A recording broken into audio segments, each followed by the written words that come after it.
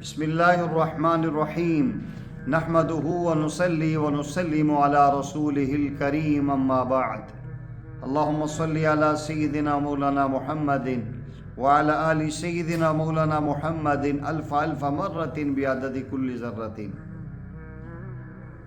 آپ احباب کی خدمت میں ایک نبوی وظیفہ لے کر حاضر ہوا ہوں۔ اگر اس عمل کو آپ فجر کی نماز سے پہلے پڑھ لیں تو آپ یوں تصور کریں کہ جب آپ اس کو پابندی سے پڑھیں گے تو آپ کی یہ کیفیت ہوگی گویا آپ کا ہاتھ اللہ کے خزانے میں ہے۔ پیارے آقا کریم صلی اللہ علیہ وسلم کے پاس ایک صحابی آئے، عرض کیا یا رسول اللہ صلی اللہ علیہ وسلم، میرے اوپر افلاس بہت زیادہ ہے، غربت بہت زیادہ ہے، مالی نعمت سے محروم ہوں، گھر کا گزر اوقات بڑی مشکل سے چل رہا ہے۔ پیارے آقا کریم صلی اللہ علیہ وسلم نے فرمایا، جس کا مفہوم یہ ہے میں آپ کو اللہ کے خزانے کی چابی نہ دے دوں؟ عرض کرنے لگے اللہ کے نبی ضرور عنایت فرمائیں۔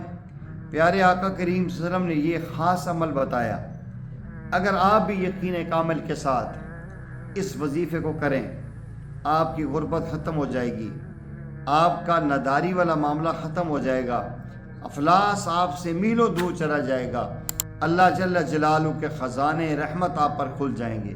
عمل کیا کرنا ہے؟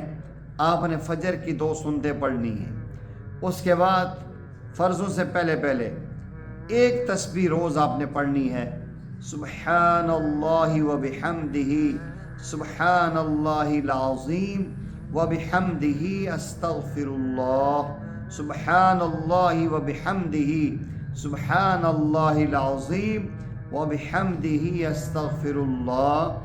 جو بندہ 101 مرتبہ روز پڑھنے کا اہتمام کرے اور کم از کم 21 دن پڑھے، اللہ جل جلالہ اپنے رحمت کے خزانوں کے دروازے کھول لیتے ہیں، خزانوں کے منہ کھل جاتے ہیں، اللہ جل جلالہ نداری اور مفلس سے اٹھاتے ہیں، عروج ثریہ تک پہنچا دیتے ہیں۔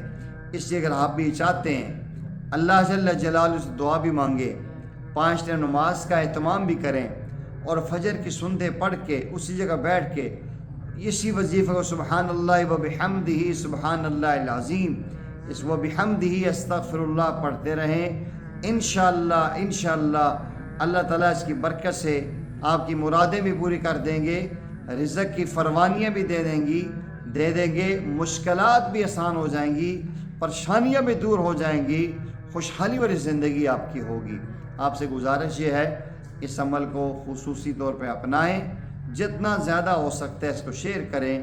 وآخر دعوانا ان الحمد للہ رب العالمین۔